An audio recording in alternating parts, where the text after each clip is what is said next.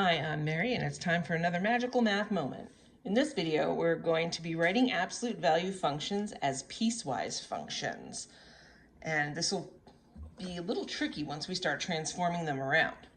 Now, hopefully you already remember that the absolute value of x has a vertex at the origin, and the pattern for graphing this is to go up 1 over 1 on the right, up 1, back 1 on the left side.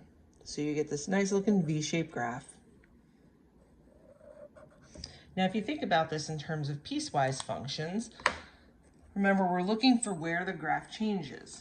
It's pretty clear to see that it changes on the y-axis. I like to call this a boundary line, and I like to highlight them. So if I'm looking on the left side, if I were to continue this line down, like so, this would give me the line y equals negative x plus 0, or just y equals negative x. Because the slope is negative 1, the y-intercept is 0.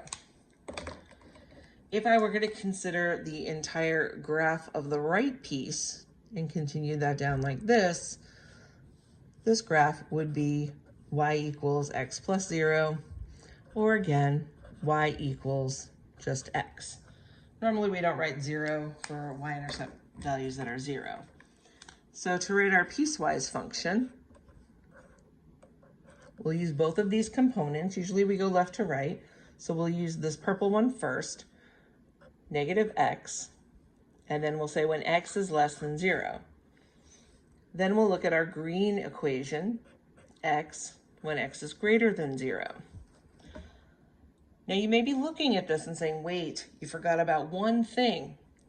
If we leave these inequalities the way they are, the function's not defined at 0, which is clearly not the case. So this is where you get to choose which inequality you'd like to make or equal to. I usually just do the top one. So x is less than or equal to 0, that's this piece, and then the other piece picks up at the same spot. Not that big of a deal. So that's how you would do it with the parent function. Let's see what happens when we get a little wild and transform this thing. Oh my, there's a lot going on here. First thing I would try to figure out is the vertex. Remember, absolute value bars are a grouping symbol, so it's the opposite of what you think. 3, 4 is your vertex. This number out front is an A value. The negative tells you that it reflects over the x-axis, so it's going to be opening down. And the 2 means you have a vertical stretch going on. So let's see if we can graph this and find out what's happening in our function. We're going to go across like this. And then we're going to go like so. I'm not really sure where these points are going to land us, but we'll figure it out together. Okay, we're going to go to 3, 4. So starting at 0 in the middle, 1, 2, 3, 1, 2, 3, 4. There's our vertex.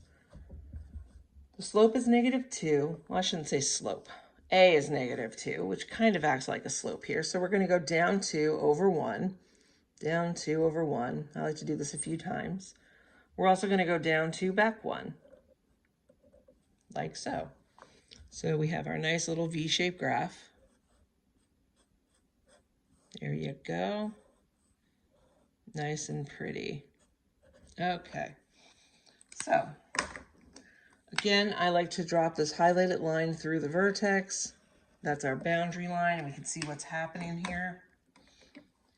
If I look at the left side, it's very easy for me to get a slope and a y-intercept over here. So on the left side, I can see that the slope is positive 2, and my y-intercept is negative 2.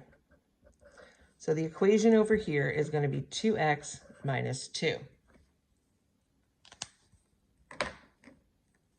I'm going to do the same thing on the right side. Now this might get a little trickier.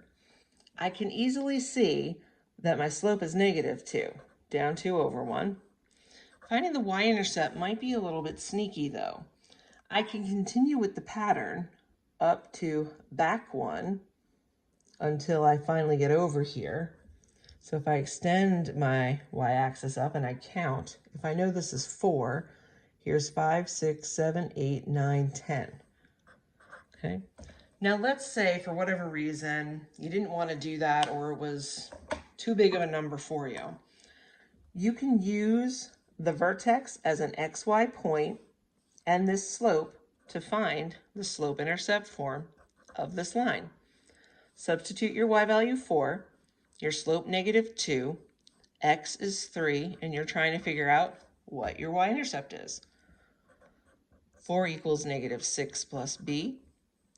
After you add that 6, hey, look at that. B is 10. Who would have guessed? Oh, that's right. We did that already. That's okay, though. So, on the right side, y is equal to -2x plus 10.